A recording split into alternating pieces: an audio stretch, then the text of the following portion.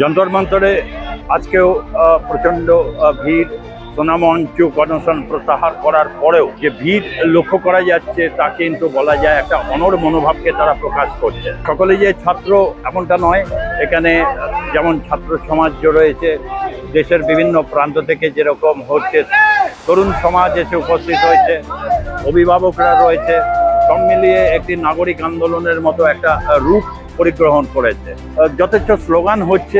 একটা বিষয় এর মধ্যে দিয়ে উল্লেখযোগ্য যে এখানে আপনারা যদি দেখেন যে বিভিন্নভাবে অনেকে পোস্টার হাতে নিয়ে তারা যাচ্ছেন, আপনারা দেখছেন বিভিন্ন স্লোগান, ভারত মাতা কি জয়, ইনকলাব জিন্দাবাদ, সব স্লোগানই এখানে আসছে। প্রশ্নটা হচ্ছে এখন এমন একটা পরিস্থিতি তৈরি হয়েছে যে পরিস্থিতির মধ্যে দিয়ে সরকার কিভাবে এটা থেকে বেরিয়ে আসতে পারবে তার নানা রকম আলাপ আলোচনা চলছে। আমি যখন আগে ভিডিওগুলো দেখেছি, শুরুর দিক থেকে সেই ভিডিওগুলোতে আপনারা দেখেছেন যে সরকার তখনও পর্যন্ত টাল বাহানা করছে। তারপর পরিস্থিতির দ্রুত অবনতি হয়েছে এবং প্রধানমন্ত্রী নরেন্দ্র মোদী ফ্রেন্ড সম্বোধন করে তিনি ভিডিও করছেন নিয়মিত, এবং এই ভিডিওর মাধ্যম দিয়ে তিনি দেশবাসীকে বার্তা দেওয়ার চেষ্টা করছেন। এবং ইতিমধ্যে ন্যাশনাল টেস্টিং এজেন্সি সবাই পদত্যাগ করতে বাধ্য করা হয়েছে।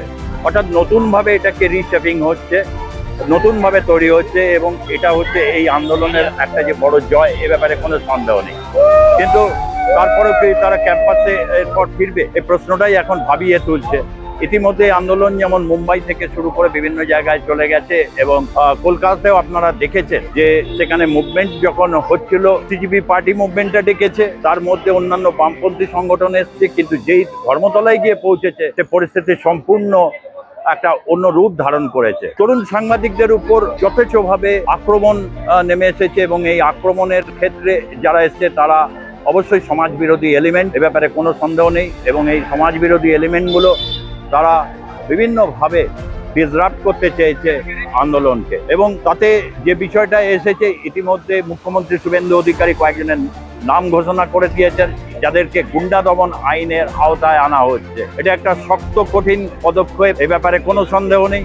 এবং এই পদক্ষেপের মাধ্যম দিয়ে একটা বার্তা যাবে যে সাংবাদিকদের উপর যে আক্রমণের ধারাবাহিকতা পশ্চিমবঙ্গে বিভিন্ন সময় দেখা গেছে, এবং তরুণ সাংবাদিক, বিশেষ করে রিক পুরকায়স্থর মতো সাংবাদিক, যাকে আমি কত শুরুর দিন থেকে যাকে দেখেছি এবং কি নিষ্ঠা ভরেও কাজ করার চায়, এবং তাকে যেভাবে দুর্বৃত্তরা আক্রমণ করেছে, সেই আক্রমণ কিন্তু সেটা যে বুমেরাং হতে চলেছে এ ব্যাপারে কোনো সন্দেহ নেই।